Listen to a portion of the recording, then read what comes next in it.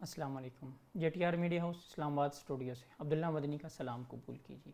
ناظرین، جیسا کہ آپ جانتے ہیں، ہماری کوشش ہوتی ہے کہ ہر شعبہ زندگی کے ماہرین افراد کو اپنے اسٹوڈیو میں دعوت دیں تاکہ ان کے تجربوں سے استفادہ حاصل کر سکیں۔ مشہور مقولہ ہے کہ سل المجرب ولا تسل الحکیم، کہ دنا کی بجائے تجربہ کار آدمی سے سیکھو، اس سے پوچھو۔ آج ہمارے ساتھ انہی تجربہ کار افراد میں سے موجود ہیں مولانا عمر سعید صاحب۔ آپ 4 مدرسوں کے ذمہ دار ہیں اور تقریباً 41 سال سے تدریسی خدمات سر انجام دے رہے ہیں۔ آئیے ان سے گفتگو کرتے ہیں۔ السلام علیکم۔ وعلیکم السلام ورحمۃ اللہ وبرکاتہ۔ حضرت، سب سے پہلے اپنی فراغت کے بارے میں بتائیے کہ آپ کی فراغت کہاں سے ہوئی؟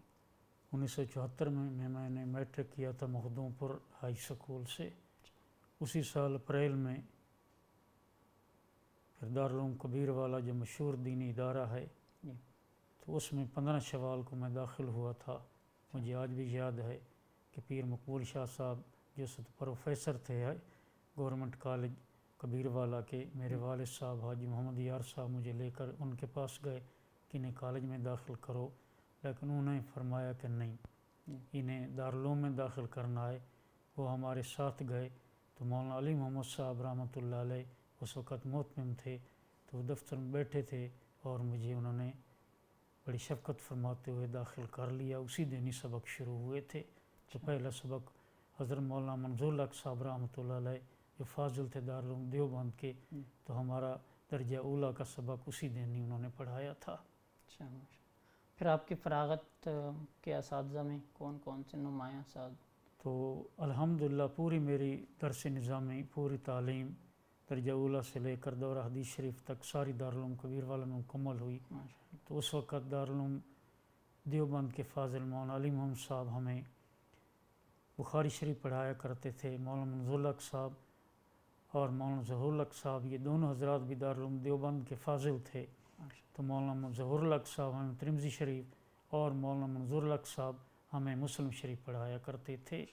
مطلب دارالعلوم دیوبند کے جو اساتذہ تھے، جو وہاں کے طالب علم، وہاں کے فضلاء تھے، وہ آپ کے ڈائریکٹ اساتذہ تھے؟ ہاں جی، ہمارے ڈائریکٹ اساتذہ تھے۔ اس کے بعد پھر آپ کی تدریس کا آغاز دورے کے متصل بعد ہو گیا تھا؟ 1401 میں دورے کے امتحان سے فارغ ہوئے۔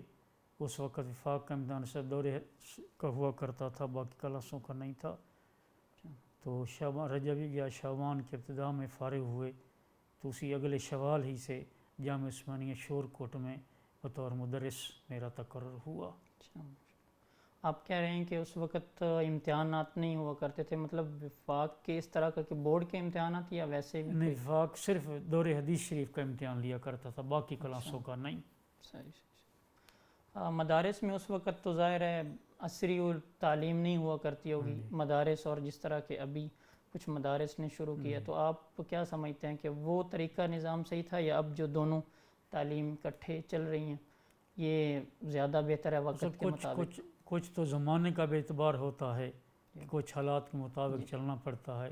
اس وقت تو یہی تھا کہ جو طالب علم میٹرک پاس کر کے آتے تھے وہ ذرا نسبتاً استادوں کی نگاہ میں بھی اچھے شمار ہوتے تھے، بھائی سکول پڑھے ہوئے ہیں، اور عموماً عام طور پر امتحانوں کے اندر بھی اچھے نمبر لیا کرتے تھے، کیونکہ ان کی سکول میں لکھائی پڑھائی اچھی ہو جاتی تھی، تو ذی استعداد شمار ہوا کرتے تھے۔ اس کا مطلب ہے یہ رجحان پرانا چل رہا ہے کہ جو اگر سکول کا پڑھا ہوا اسٹوڈنٹ ہو تو وہ مدرسے میں بھی اچھی، لیکن عملاً اس وقت یہ باتیں ہو رہی تھیں، لیکن یہ باتیں چل رہی تھیں، لیکن عملی طور پر کہیں ایسا نہیں ہوا تھا۔ اس کا مطلب ہے کہ عملی طور پر کوئی اس کی جرت نہیں کر پا رہا تھا کہ اس طرف آئے جائے۔ تو میرے خیال کے مطابق سب سے پہلا یہ نظریہ ہمارے استاد مولانا ظفر احمد قاسم صاحب زیدہ معیدہ نے یہ پیش کیا، اور انہوں نے اس پر عمل بھی کر کے عمل کیا۔ جامعہ خالد بن ولید میں جہاں اس ناچیز کو بھی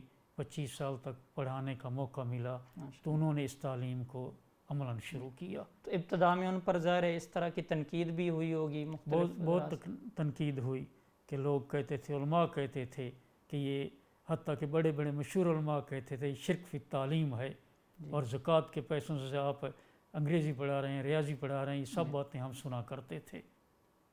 وقت نے دیکھا کہ اس کے بعد پھر آپ اس معاملے میں ان کی رائے درست تھی، اب سب حضرات اس ہاں کی طرف. بالکل یہ ان کی رائے درست تھی اس بارے میں. آج کل کچھ حضرات کا کہنا ہے کہ مدارس جو چندے پہ چل رہے ہیں تو ان کو خود مختار ہونا چاہیے.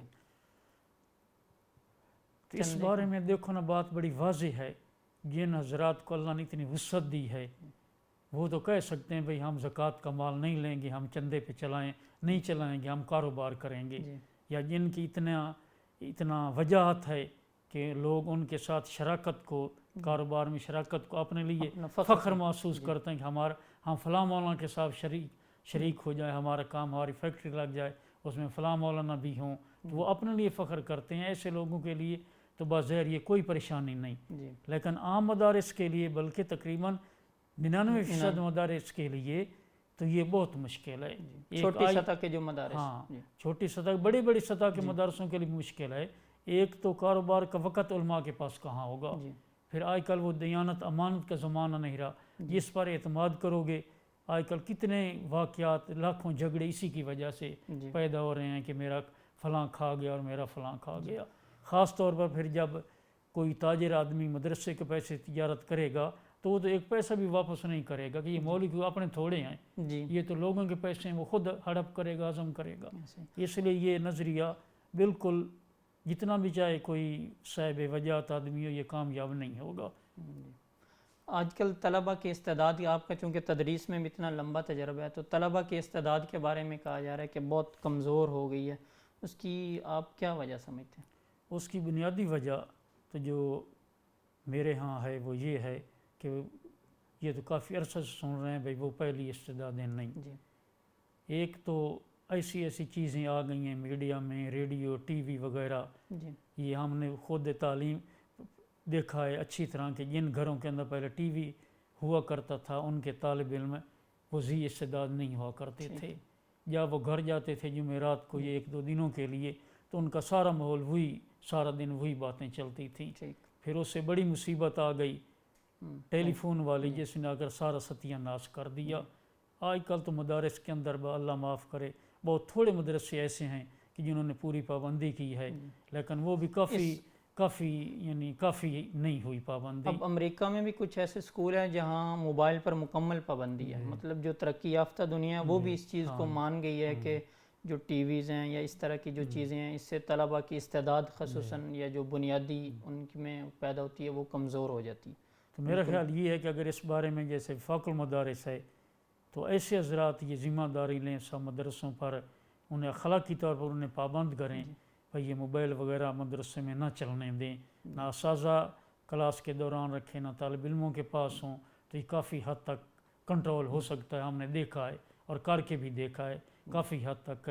مجھے امید ہے کہ اگر اجتماعی طور پر کیا جائے تو اس پر کنٹرول ہو سکتا ہے. دوران تعلیم مطلب اس کا استعمال بالکل منع کرتی ہے. دوران تعلیم طالب علموں کے لیے تو 24 گھنٹے ممنوع ہو, اساتذہ کے لیے کم از کم دوران تعلیم, اور وہی صرف عام سادہ موبائل ہے ضرورت کا.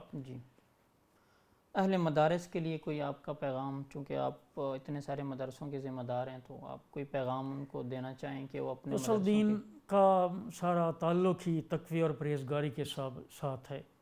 جتنا اس تعلیم کو, دینی تعلیم کو حاصل کرنے کے لیے آدمی تقوی پرہیزگاری اختیار کرے گا اتنا ہی اللہ تعالیٰ اس کو زیادہ فائدہ پہنچائیں گے.